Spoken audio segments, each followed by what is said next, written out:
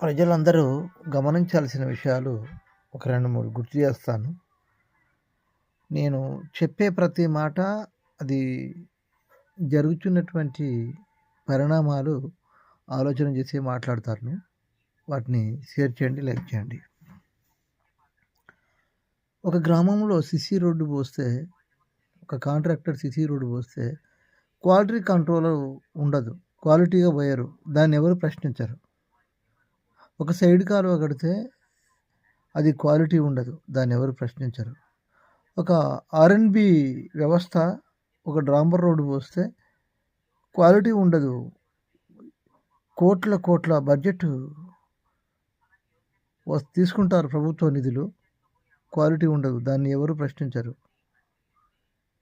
ఇలా చెప్పుకుంటూ పోతే ఒక గ్రామాలలో కావచ్చు, మున్సిపాలిటీల్లో కావచ్చు, మట్టి మొరం కనుక రోడ్లోకి పోస్తే 10 టిప్పులు పోసి 50 టిప్పులు 100 టిప్పులు రాసుకుంటారు పొలిటికల్ లీడర్స్. దాన్ని ఎవరు ప్రశ్నించరు.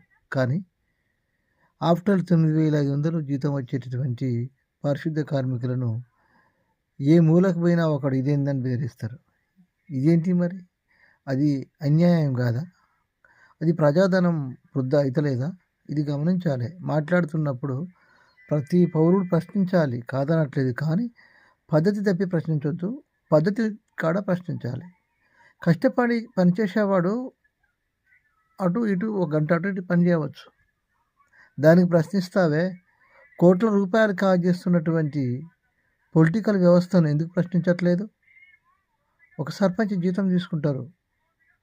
సమయానికి ఊళ్ళో ఉండి పని చేయలేరు. ఒక ఎమ్మెల్యే గారు జీతం తీసుకుంటారు. లక్షల రూపాయలు జీతం తీసుకుంటారు. వాళ్ళు అసెంబ్లీకి పోరు.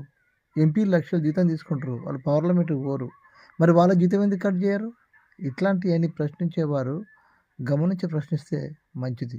సోదరులారా, నమస్తే.